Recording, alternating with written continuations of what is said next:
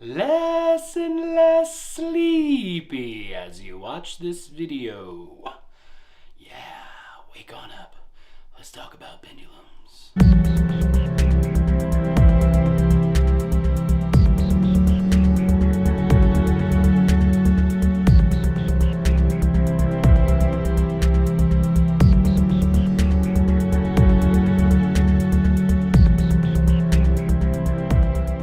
So this little ditty is a pendulum here, and just like the thing on a clock, it swings back and forth, back and forth.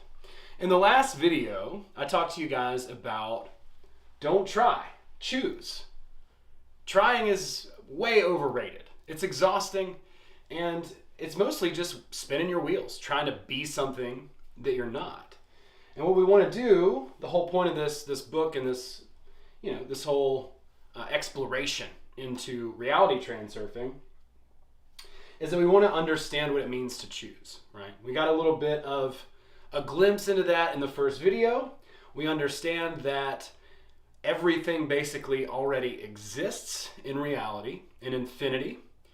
Everything already exists. Infinity is a thing, mathematically speaking, therefore, eternity and infinity, even though we can't comprehend it with our mind, is a real thing. So somewhere, we don't know where, but on the other side of this material reality, there is the idea space. And that is where everything is stored. Every piece of data, every thought, etc. And that is the basic premise of this whole ideology. So that we don't need to try, actually what we need to do is choose. Because when we try, we're basically working in reality against things that have already been determined in the past, right? But we'll get into that a little bit more later. So in order to be able to choose, we need to be really able to understand what our obstacles are. What is in the way? Like, choosing sounds easy enough, right? All I have to do is choose. Well, just choose. Okay, I choose $1 million and my soulmate, right? You'd be like Uncle Ricky, soaking it up in my soulmate in a hot tub. Bam, done, right? Well, it's possible, right? Like it exists within the space of, all that exists, infinity. But there's some interesting things going on back there, behind that curtain, right? One thing that we want to draw our attention to is an idea called pendulums. Now, I did another video about this, and I highly recommend checking that out. I'm going to try and really just elaborate on the idea in this video and in all of the subsequent videos, right? I'm not trying to repeat information here. The point is to really dig deep and explore these ideas and these concepts so that you can get the information directly. And I don't know, my friend Lindsay said, oh, and you're a shortcut.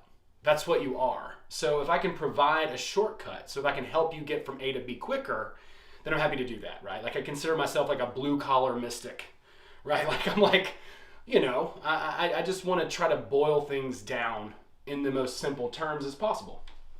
So this idea of pendulums is similar to the idea of egregores, which is a weird word, right? Egregores. It sounds like, something a count might say. Egregores, that's more of a hermetic term. It's like magical. And basically what that is talking about is, that is talking about like generated energy beings, sort of, okay? Like demons, right? A demon would be an egregore. And what's interesting about that is egregores are very more specific. Not all pendulums are egregores, but all egregores are pendulums, okay? There's also tulpas, which is a Buddhist term. Tulpas, okay? And it's a very similar idea. This is a generated thought form, okay? And this can all be boiled down to thought form.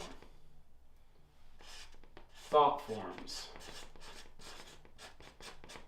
okay? Thought forms are pendulums, okay? Energetically speaking. So what happens is this.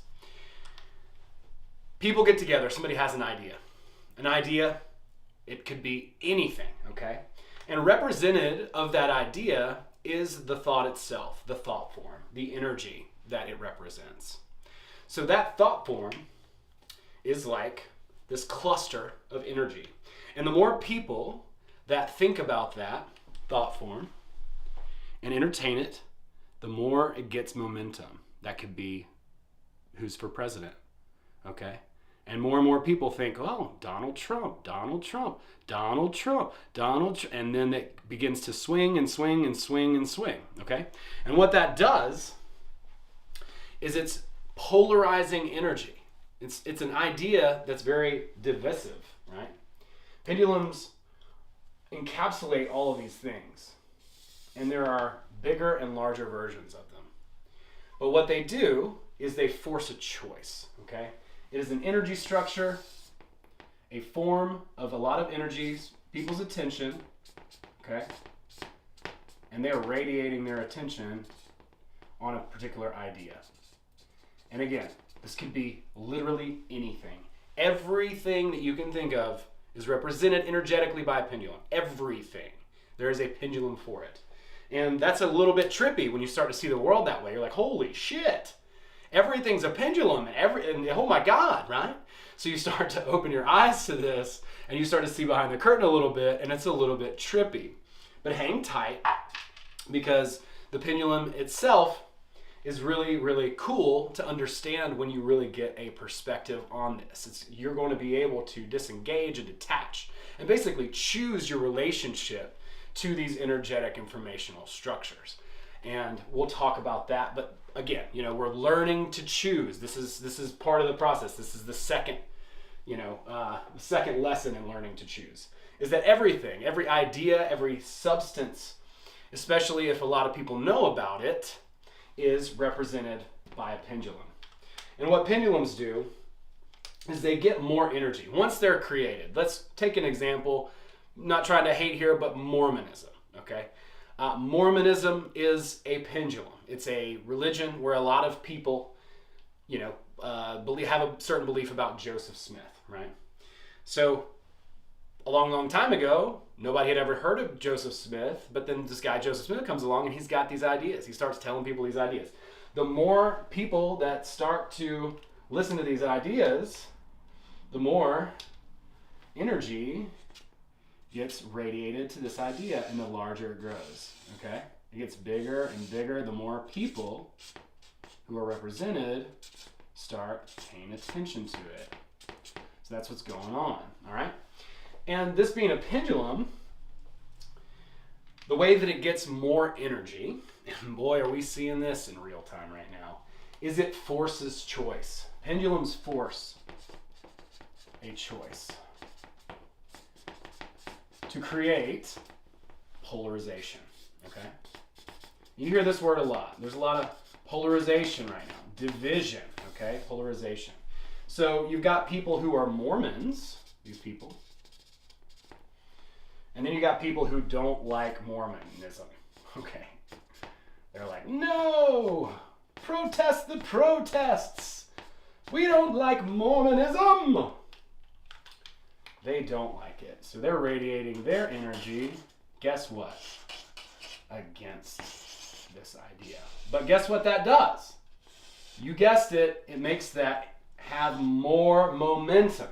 There is now positive energy directed at this, the people who are adherents, and there is negative energy of the people who are opponents. But the more you get these people arguing over this, the more this thing continues to swing widely. And this is why, Donald Trump's whole election thing was kind of blew my mind, and I understood it. But there's no such thing as bad press, because the press itself, the negative attention, see, that attention is what is pushing each side of this idea, okay? So the way that pendulums force a choice and create polarization is through guilt, duty, obligation. Oh boy, now we're getting triggered, I hope. Because we all deal with all of these all the time. Guilt. We're being guilted to go and see our family. Okay? And it seems like it's out of a good intention, but guess what? The road to hell is paved with, right? We have a duty to serve our country. I mean, it's patriotic, right? Well, if we don't do that, then guess what are we? We're not patriots. We're bad members of society, right? We have an obligation to pay taxes and to support the system that's in place. Well, what is the system? Oh yeah, you guessed it. It's a pendulum. And it's not just any pendulum. It's actually a pendulum network. But we'll get there. Let's take this one step at a time. So understanding this idea, you start to see the world as a little bit different. And these obstacles, these challenges, these pendulums, these energetic informational structures are basically forcing us to choose things that we are not. Okay? Am I for Mormonism? No. Am I against Mormonism? No. I'm neutral. I'm not polarized. Okay? I'm not polarized. But the pendulum wants me to be. That's how it gets more energy, right? Is this a conscious thing like an egregore? I don't know, dude. Does it matter? Who cares, you know? I don't know what's going on the other side of reality. But we do know that on the other side, beyond reality, as I like to call it, are these energies. Is everything in existence energetically? The energy represents the physical form, right? Like I'm energetically represented in this third dimensional world. And so is a lawnmower. That's a pendulum. It's not as polarizing as, let's say, a political party or a religion, okay? But it is a pendulum nonetheless. It is represented by a physical object, and there is an energetic force behind it, okay? So anytime you are asked to force a choice, you are with us or you're with them. Oh, well, are you really? Ask yourself that question again. Are you going to choose guilt, duty, or obligation? Every time you do, you're giving up your ability to choose. The freedom of choice does not rely on other people's ideas, other people's creations. These are businesses. These are, cultures. These are, nations, and I mean, I could go on and on. Literally everything in reality is represented energetically by a pendulum. So whenever we do decide that we're going to do a forced choice, and we say we're going this way or we're going that way, we're giving up our individuality, okay? And the more we give up our individuality, the less freedom we have to choose, because we are identifying with an energetic informational structure, some other idea that we either conform to or actively fight against. And when we actively fight against it, we're building it just as much as the people who are proponents of it. Okay, this is so critical. If we could understand this a little bit better in society, we would go a very, very, very, very long way, okay? And I'm trying to do this and toe the line here without stepping on toes, but it's not easily done, right? There's a lot of divisive issues, okay? And truly, if you ask yourself a question, if you have identified as something at any point in your life, a Democrat, a Republican, a libertarian, an anarchist, a socialist, whatever, you've identified with something that you don't necessarily represent every tenet of. So I'm not saying that you can't, belong to a group, but groups get out of control. And this is how they do it. Polarization.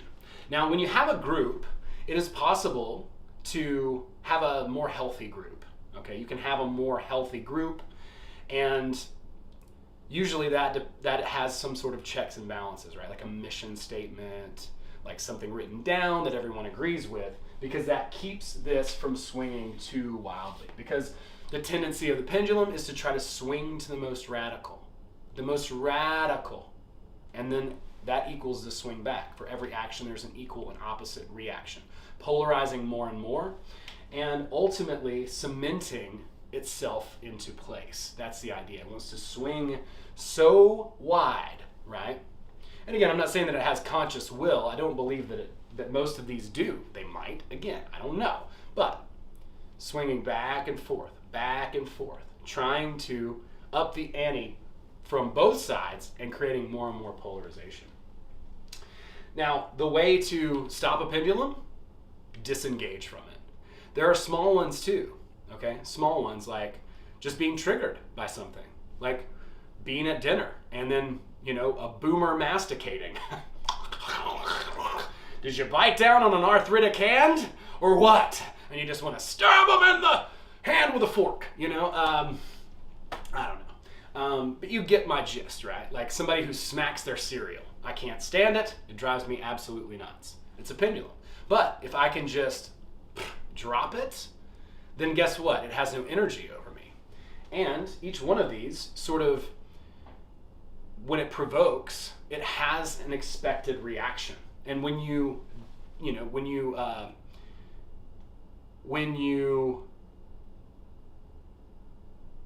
reaction doesn't match the expected scripted reaction, then you keep your energy. Every time that you fall into this trap of guilt, duty, and obligation, you're giving your energy and individuality away every single time. Now, when you disengage or you act in a way that is unexpected, you keep your energy and you keep your individuality, and that allows you more of an opportunity to choose. Okay, I know this is a lot to unpack. I'm trying to make this as simple as possible. Hopefully you haven't turned into complete jelly as a result of talking about these ideas, or broken your TV set as a result of me explaining this to you. Just relax and understand that just because you start to notice these things, it doesn't mean that you don't have any power. In fact, quite the opposite. Once you start to realize these things and then you begin to detach from them, then you start to have your own individual power, and that is what is going to allow you to be successful and actually have freedom of choice. Cool. So I know this was a long one. Thanks for hanging with me, and we'll see you guys next time.